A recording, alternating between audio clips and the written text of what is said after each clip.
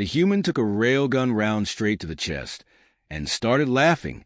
General Zur, the Olin Dominion, gripped the command console, his quills standing on end. The footage replayed on the main display, showing the Terran operative Marcus Hale staggering back as a slug struck him square in the sternum. His armor should have crumpled. His body should have collapsed. Instead, he planted his feet, exhaled sharply, and chuckled again. Zur ordered the technician to replay the footage.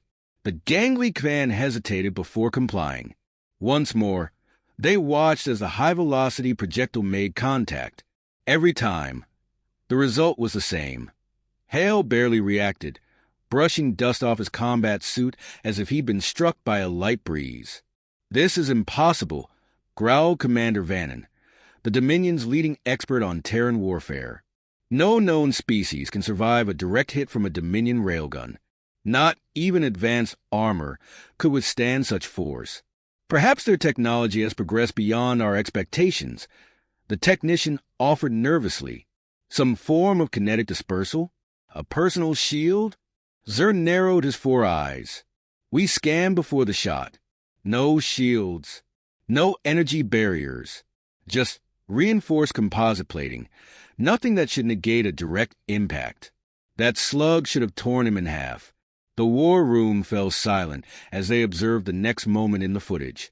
Hale tapped his chest twice where the round had struck and grinned. Then he raised his weapon, a primitive-looking ballistic rifle by Dominion standards, and opened fire.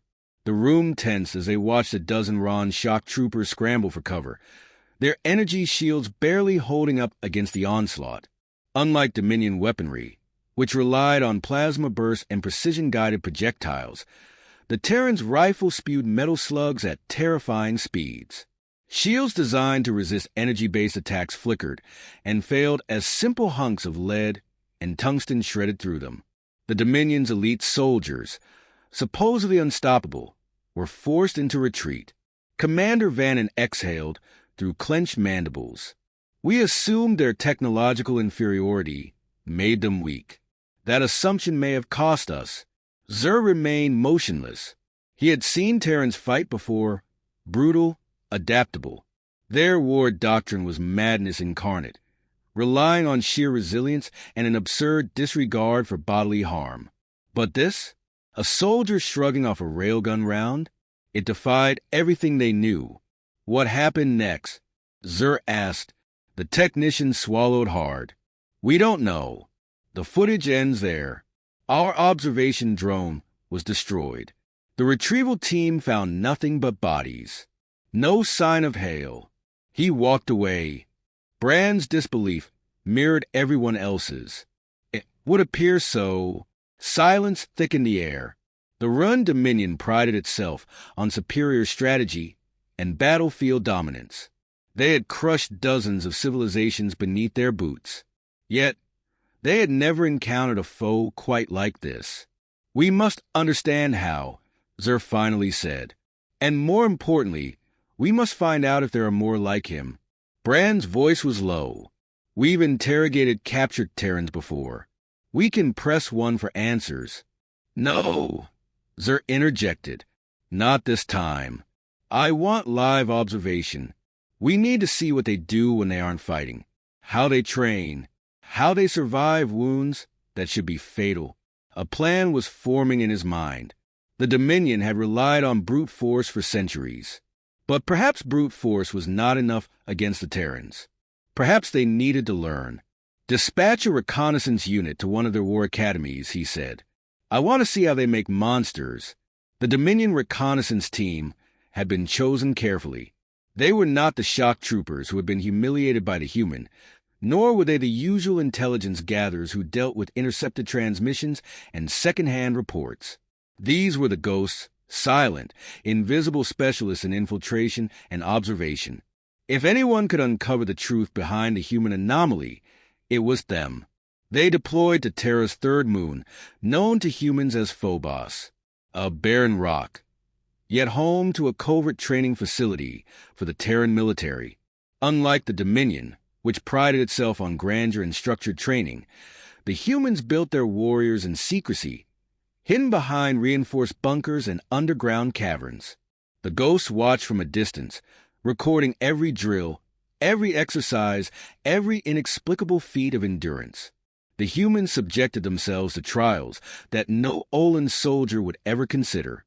They ran for hours under crushing gravity loads, forced their bodies through obstacle courses designed to break even the strongest minds, and sparred with relentless aggression. They seemed to relish pain, pushing themselves past rational limits. One ghost, designated Observer 17, captured something particularly disturbing. A human soldier, stripped to the waist, stood before his peers. A commanding officer handed him a small, serrated knife. Without hesitation, the soldier pressed the blade against his own arm and dragged it across his skin, deep enough that even the hardened Olin would have recoiled. Blood dripped, but the soldier did not flinch. He merely exhaled and nodded. Another human stepped forward and did the same. Then another. It was not a punishment. It was not desperation. It was a lesson. They do not fear pain. Observer 17 relayed back to the command ship. They embrace it. General Zer listened intently, his gaze fixed on the holographic projections. He could see the humans in real time. Their strange rituals, their reckless disregard for their own well-being. It was not madness. It was a system, honed over centuries of war and hardship. The Dominion had made a mistake. They had assumed humans feared pain. Another recording arrived. This time, a different exercise. A group of human soldiers sat in a cold, dimly lit chamber. Before them, a figure sat with a device attached to his arm, small, harmless in appearance. Yet, the moment it activated, the soldier's muscles locked in place. His face twisted in agony, but he did not scream. Seconds turned to minutes. When the device was removed, he simply exhaled. No breakdown. No collapse. The humans surrounding him nodded as if satisfied. Zer turned to Bran. How do we fight those who refuse to break? For the first time, Vannon had no immediate answer. The Dominion had always relied on the certainty that every foe had a limit, that past a certain threshold, minds would crack and bodies would fail. But what if there was no threshold? What if pain and fear were merely inconveniences to them? Then came the most alarming report yet. Observer 17's team had moved deeper into the training grounds, using their advanced cloaking to avoid detection. They found a secluded chamber, different from the rest. Inside, a single human sat before an array of devices. A Dominion railgun rested on the table in front of him, the same model that had failed to put down Marcus Hale. "He is studying our weapons," Asterisk Observer 17 reported. "Testing them." The human picked up the weapon, examining its design with what could only be described as amusement. Then, without warning, he turned it on himself. A bolt of energy lashed out, slamming into his shoulder. The Dominion team watching recoiled, waiting for him to fall. He did not. He gritted his teeth, rolled his shoulder, and laughed. Observer 17 realized the truth. Asterisk, he wanted to feel it. He wanted to understand it. Asterisk. Zer clenched his claws. "We cannot win with conventional means." Vannon exhaled sharply. "Then we change our approach." They had come to study how humans made monsters. Now they understood, and understanding alone would not be enough. Warfare. The humans thrived in adversity. But how would they fare when the very foundation of their ideology was thrown into question? The Dominion broadcasted falsified reports claiming that humanity's greatest warriors had surrendered, that their leaders had abandoned them. They manipulated intercepted transmissions, altering them just enough to sow doubt among the ranks. They fabricated footage of supposed human betrayals, of commanders turning against their own in moments of weakness. But the humans did not waver. Instead, they laughed. The Olin analysts were baffled. The humans took the altered transmissions and made their own versions, mocking the Dominion's deception with crude humor. What was intended to shatter their morale only reinforced their unity. They treated war like a challenge to be conquered, an absurd puzzle to be solved through sheer force of will. Next, the Dominion tried deprivation. Entire supply chains were disrupted, outposts surrounded, resources strangled. Other species would have surrendered under such conditions. The humans only adapted. When food rations ran low, they consumed things the Olin considered toxic. When their water supplies were contaminated, they devised new filtration methods on the spot. When medical supplies dwindled, they performed surgeries on one another without hesitation, without fear. The Dominion's attempts to grind them down only revealed another horrifying truth. Humans were at their most dangerous when pushed to the edge. Zal-Zur watched in silence as report after report came in, each one more absurd than the last. A battalion of human soldiers, stranded on a barren moon for weeks, emerged stronger than before, having trained in the harshest conditions imaginable. A Dominion ambush was turned into a rout because the humans, despite being outnumbered, charged headfirst into the fray, laughing as they fought. Their wounds were mere inconveniences, their losses fuel for their unrelenting drive. And then came Marcus Hale again. The Dominion had finally managed to track him down. This time, they deployed an entire strike force, 12 highly trained operatives enhanced with the finest Dominion technology. They ambushed Hale in an abandoned station on the outskirts of human-controlled space. The fight should have lasted seconds. It went on for hours. Hale fought like something out of a nightmare. He dodged with inhuman precision, countered every tactic thrown at him, and absorbed blows that would have crippled any other being. His combat suit was torn, his face bloodied, but he never stopped moving. He used the station's environment as a weapon, setting traps, manipulating the lighting, forcing his attackers into confined spaces where their numbers meant nothing. He fought with a level of brutality that should have been impossible. Yet there he stood, covered in Dominion blood, grinning. The final strike came when one of the operatives managed to stab him through the abdomen, a kill shot. Any other species would have collapsed immediately. Hale only looked down at the blade, exhaled sharply, and grabbed the warrior's wrist. With a single motion, he snapped it, pulled the blade from his body, and drove it into his attacker's throat. The remaining operatives fled in terror, leaving Hale standing in the wreckage, wiping blood from his face as if it were a mere inconvenience.